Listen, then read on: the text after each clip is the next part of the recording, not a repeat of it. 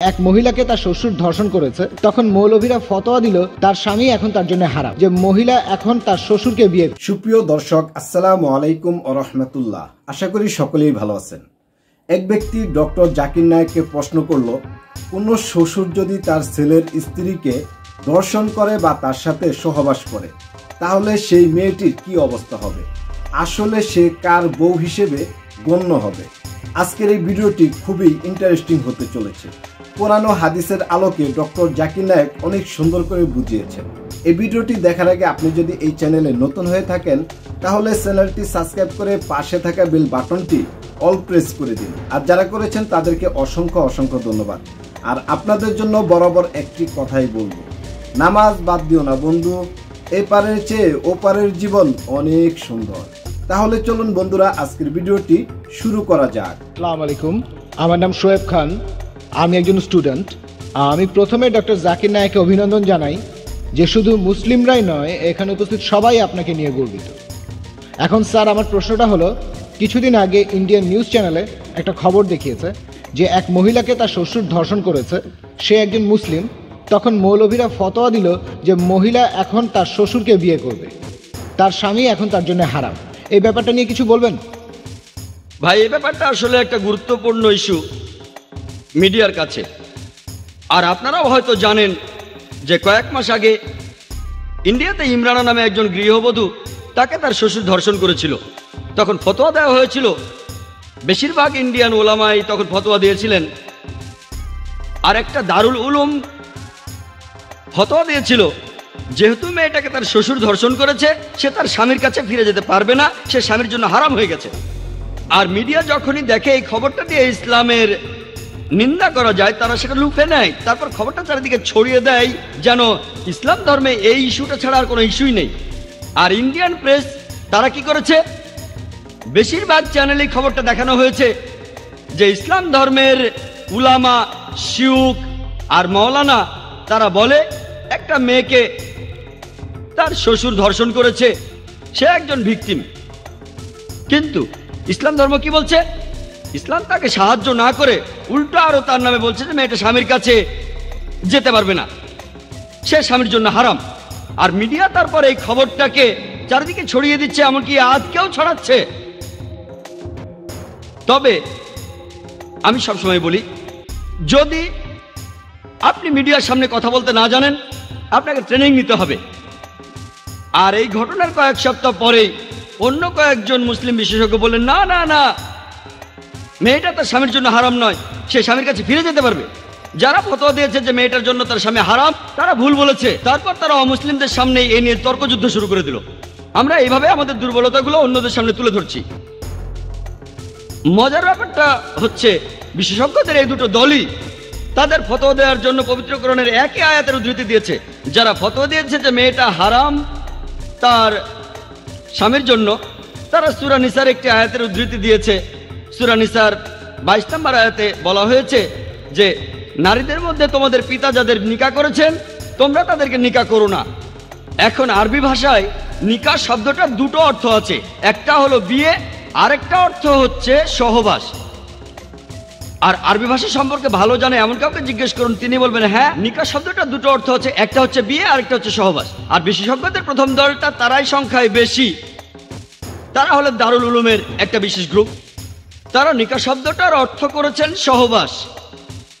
তাহলে নিকাহ শব্দের অর্থ যদি ধরে নেন সহবাস, তাহলে কোরআনের এই আয়াত বলছে তোমরা সহবাস করতে পারবে না তোমাদের বোনের সাথে, তোমরা সহবাস করবে না তোমাদের ফুপুর সাথে অথবা খালার সাথে, এবং তোমরা সহবাস করবে না সেই মহিলার সাথে যে সহবাস করেছে তোমার বাবার সাথে।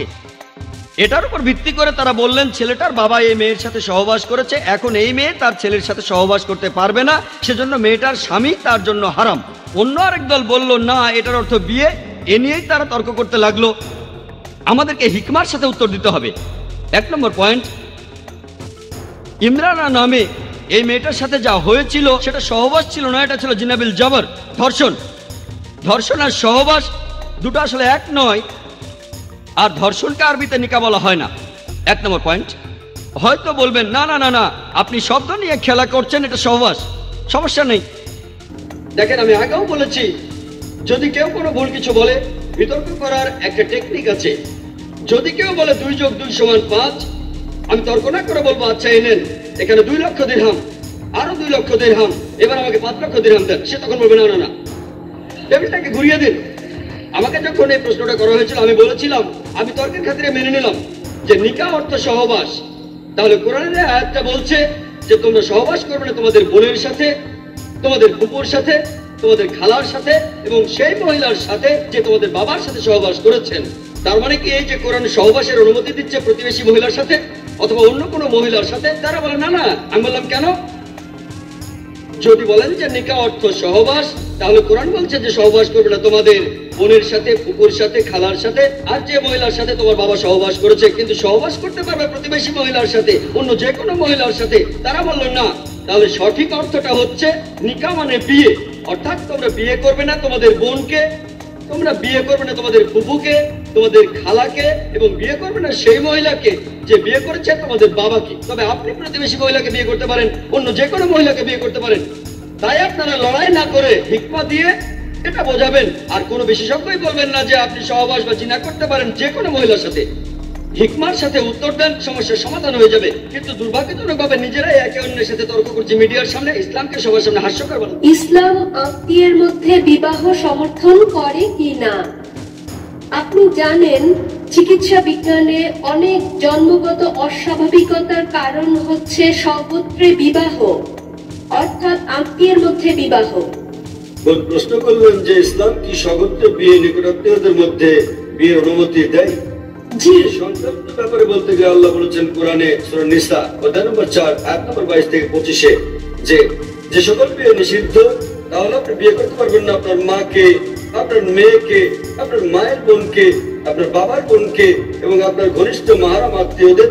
তবে আপনার চাচাতো মামাতো বোন হলে পারবেন, কিন্তু ভাই বোন, পিতা কন্যা বিয়ের অনুমতি নেই। আপন চাচাতো মামাতো হলে অনুমতি আছে। আজ বিজ্ঞান আমাদের বলছে যদি আপন ভাই বোনের বিয়ে হয় সেক্ষেত্রে অস্বাভাবিকতার সম্ভাবনা অনেক বেশি থাকে, জন্মগত সমস্যা হতে পারে। সুতরাং সরাসরি ভাই বোন, পিতা কন্যা, মা আর ছেলে, পিতাপক্ষের চাচা, আপন চাচা, বাবার বোন ইত্যাদির মধ্যে বিয়ে হলে অস্বাভাবিকতার সম্ভাবনা খুব বেশি থাকে। তাই ইসলাম এসব বিয়ে নিষেধ করেছে। কিন্তু আপন চাচাতো মামাতো হলে অনুমতি আছে, ইসলাম এটার অনুমতি দিয়েছে। আর বিজ্ঞান আমাদের বলছে এমনকি চাচাতো মামাতো ভৌত ভাই বোনের ক্ষেত্রে সম্ভাবনা আছে, তবে খুবই কম। জন্মগত সমস্যা হতে পারে যদি দুই ব্যক্তি, পুরুষ মহিলা অপরিচিত হয়, তারা যদি পরস্পরের আগে থেকে আত্মীয় নাও হয় তবুও জন্মগত সমস্যা হতে পারে। তাহলে বোঝা যাচ্ছে জন্মগত সমস্যা কেবল আত্মীয়ের মধ্যেই হয় না, তবে সমস্যা অত্যাধিক বেশি থাকে সরাসরি আপন ভাই বোন, বাবা অথবা মা, আপন চাচা হলে। আপন চাচাতো মামাতো ফুফাতো ভাই বোনের মধ্যে সম্ভাবনা কিছুটা বেশি অপরিচিতের তুলনায়, তবে পার্থক্যটা খুবই ক্ষীণ। তবে আহমদ শাকরের মধ্যে এরকম একটা হাদিস আছে যে হাদিসে প্রিয় নবী বলেছেন যে অব্যাহতভাবে বংশানুক্রমে আপন চাচাতো মামাতো ভৌত ভাই বোনের মধ্যে বিয়ে করো না। তাই বংশানুক্রমে আপন আত্মীয়দের মধ্যে বিয়ে অব্যাহত রাখলে সমস্যা হতে পারে। অন্যথায় এমনকি মেডিকেল সায়েন্স বলছে বংশানুক্রমিক না হলে সমস্যা নেই, তবে যদি আপন কাজিনদের মধ্যে বিয়ে অব্যাহত রাখা হয়, যেমন ধরেন কাজিন আবারও কাজিন আবারও কাজিন, তাহলে সম্ভাবনা কিছুটা বাড়ে। এমনিতে সাধারণভাবে কোনো সমস্যা নেই। প্রিয় বন্ধুরা, আপনারা ডক্টর জাকির নায়েকের শুরু থেকে শেষ পর্যন্ত আজকের এই ভিডিওটি দেখেছেন। এই ভিডিও সম্পর্কে আপনার কোনো মতামত থাকলে অবশ্যই কমেন্ট বক্সে দিবেন। দেখা হবে নতুন কোনো এপিসোডে। সে পর্যন্ত ভালো থাকবেন, সুস্থ থাকবেন। আজকের মতো বিদায় নিচ্ছি। আসসালামু আলাইকুম ওয়া রাহমাতুল্লাহি ওয়া বারাকাতুহু।